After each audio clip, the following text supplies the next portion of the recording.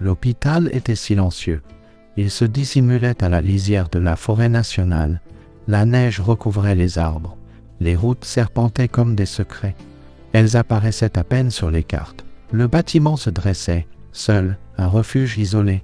À l'intérieur, la chambre de son mythe attendait. Elle attendait toujours, sombre, oubliée, rarement utilisée. Le personnel de nuit chuchotait son nom, comme si la chambre exigeait le respect. Ou la peur, personne ne savait pourquoi. Les patients qui y étaient envoyés s'amélioraient rarement. Un frisson s'accrochait à l'air à l'intérieur. Même lorsque le reste de l'hôpital était chaud, certains l'appelaient la chambre tranquille. La chambre tranquille resta longtemps vide. Puis vint un hiver profond. Une fillette de 7 ans arriva. Elle s'appelait Lily. Elle était aussi silencieuse que la neige qui tombe. On l'amena à la chambre de 108. Sa peau était pâle, presque translucide. Son souffle embuait à peine le masque à oxygène. Elle ne parlait pas, la lumière ne la faisait pas cligner des yeux. Les sons ne provoquaient aucune réaction. Sa mère, Sarah, était assise à côté d'elle. Sarah enseignait autrefois en première année. Elle avait quitté son travail, tout quitté, pour être avec Lily. Au début, Sarah posait des questions, aux médecins, aux infirmières, à n'importe qui, puis les questions cessèrent. Elle restait juste assise. Elle comptait les respirations de Lily, une inspiration superficielle, une expiration lente. Dehors, la neige avait cessé de tomber. Seul le bourdonnement des machines emplissait l'air.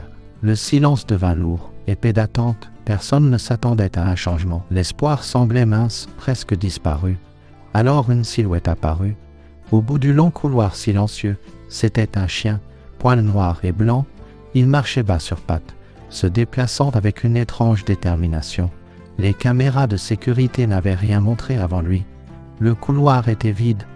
Puis le chien fut là, comme s'il avait été invoqué, appelé par la prière silencieuse de Lily, un berger allemand. Un errant peut-être. Mouillé par la neige fondue, ses yeux brillaient. Il semblait contenir des souvenirs. Le chien s'arrêta. Juste devant la chambre de 108, personne ne l'appela, personne n'ouvrit la porte plus grand. Il se glissa à l'intérieur. Cette aile de l'hôpital était toujours la plus silencieuse. Même les infirmières expérimentées n'aimaient pas s'y attarder. Alors, quand le chien saupoudré de neige apparut, personne ne l'arrêta. Chloé, l'infirmière de nuit, le vit la première. Le chien passa devant son poste en trottinant. Une étrange chaleur envahit la poitrine de Chloé. Une pensée qui n'était pas la sienne murmura « Laisse-le passer ». Elle le fit. À l'intérieur de la chambre 208, Lily gisait immobile. Les machines pulsaient. Des lumières vertes et bleues baignaient le visage de sa mère. Sarah somnolait dans un fauteuil usé. Une fine couverture enroulée autour de ses épaules.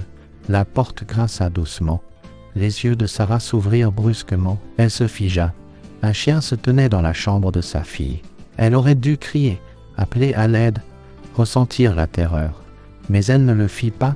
12 ans auparavant, Sarah avait élevé un berger allemand. Il s'appelait Max. Elle l'avait eu chiot. C'était son ami fidèle, son ombre pendant les années solitaires de maternité célibataire. Max était mort, 2 hivers passés seulement, le chien qui se tenait devant elle maintenant.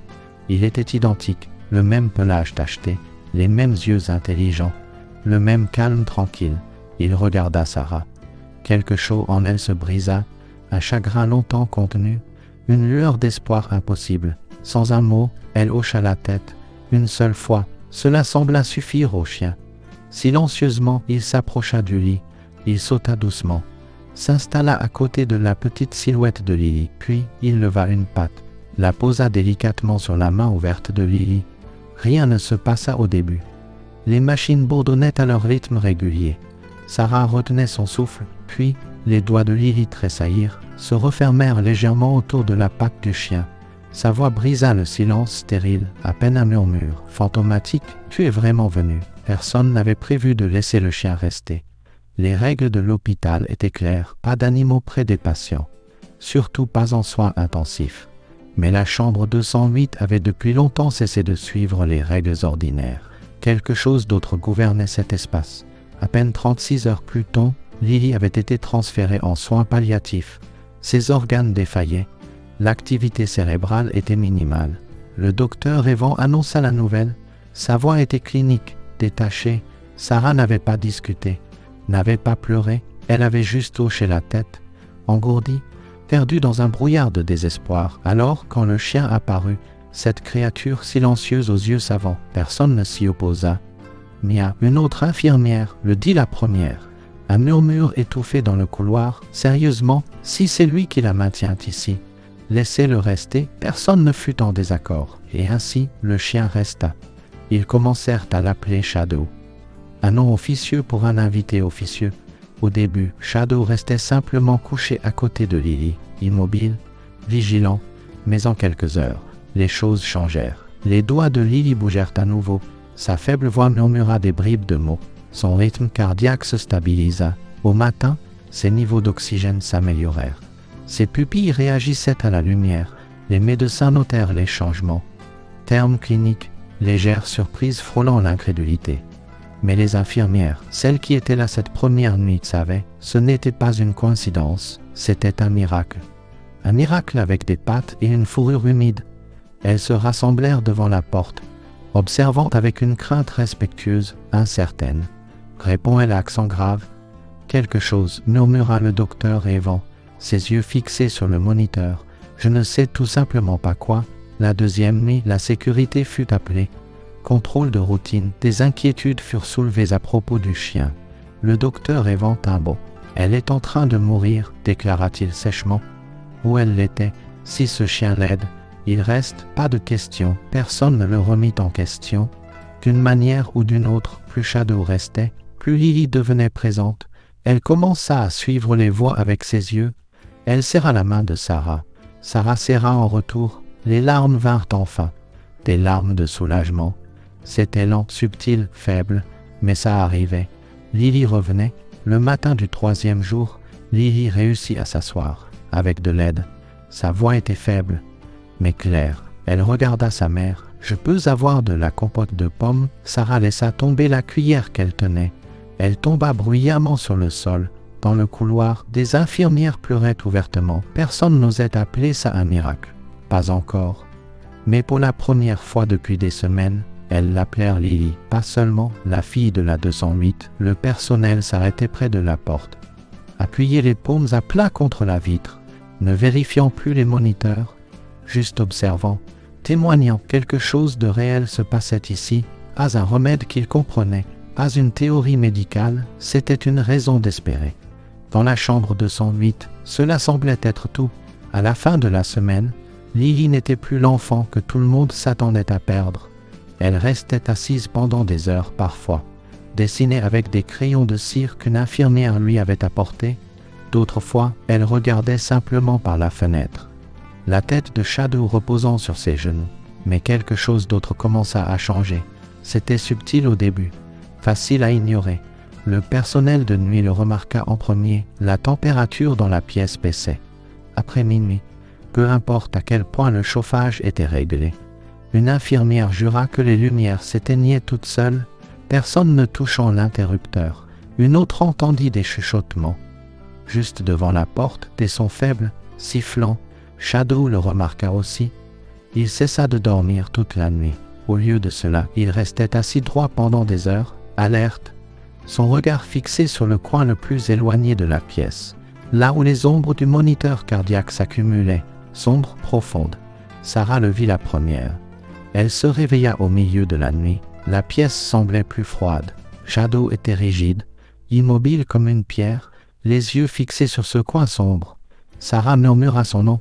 Shadow, il ne réagit pas, les oreilles dressées, les muscles tendus, écoutant, attendant, quelque chose qu'elle ne pouvait ni voir ni entendre. Le lendemain matin, une nouvelle infirmière arriva, Ava, jeune, peu familière avec l'étrange énergie de la chambre 208. Elle entra joyeusement. « Bonjour, Lily » lança-t-elle. Avant qu'Ava ne puisse continuer, Lily l'interrompit. Sa voix était petite mais d'un calme troublant, trop vieille pour ses 7 ans. « Ça ne se repose pas comme nous. » La pièce tomba dans le silence. Ava cligna des yeux confuse. Sarah sursauta sur sa chaise. Les doigts de Lily bougèrent lentement, caressant la fourrure de Shadow. Son expression était indéchiffrable. Cet après-midi-là, le docteur Evan revint. Il avait de nouveaux scanners cérébraux.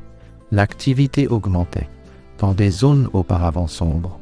Mais il commença aussi à documenter autre chose. le comportement de Shadow. Dans ses notes privées, il écrivit des choses qu'aucun journal médical ne publierait.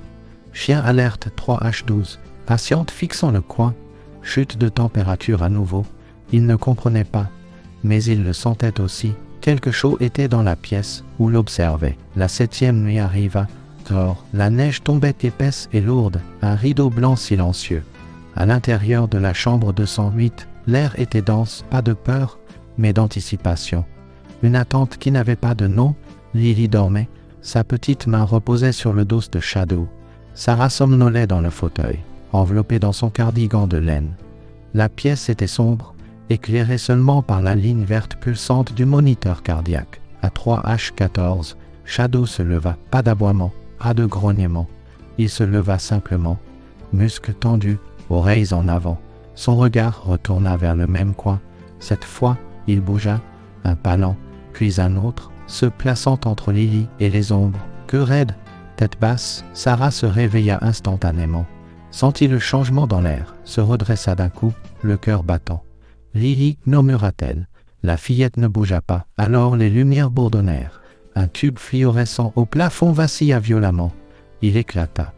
Inondant le sol de minuscules éclats de verre, la pièce plongea dans une obscurité stroboscopique. Lily commença à convulser. Son petit corps s'arqua sur le lit, la bouche ouverte dans un cri silencieux.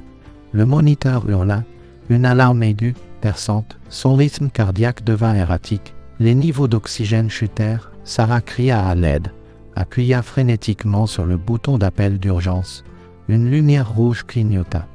Aucun pas ne se précipita dans le couloir. Au milieu des ombres vacillantes, Shadow se lança en avant. Il ne heurta pas un mur, ne heurta pas le rideau, il heurta quelque chose d'invisible. Le son qu'il émit fut un grognement bas, sauvage, arraché du plus profond de sa poitrine. Il n'attaquait pas le vide, il se déplaçait avec détermination, percutant son corps à plusieurs reprises dans l'espace près du coin. Ses griffes raclaient le carrelage, puis quelque chose changea, un halètement, comme de l'air se précipitant à nouveau dans un vide. Les lumières cessèrent de vaciller, se stabilisèrent en une lueur faible et constante. Le moniteur se stabilisa. Le rythme cardiaque de Lily revint à un rythme régulier. L'air semblait plus chaud, plus léger, plus facile à respirer. Le docteur Evan fit irruption par la porte, les yeux écarquillés. Il embrassa la scène du regard, la lumière brisée, le chaos silencieux. Lily, maintenant flasque, blottie dans les bras de Sarah, et le chien, debout, ferme, planté entre elle et le coin, les crocs découverts, devant rien. Que s'est-il passé demanda-t-il, sa voix était haletante. Personne ne répondit.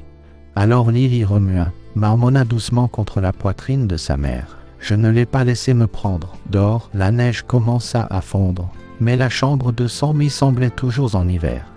Même avec le chauffage à fond, un frisson persistait dans les coins.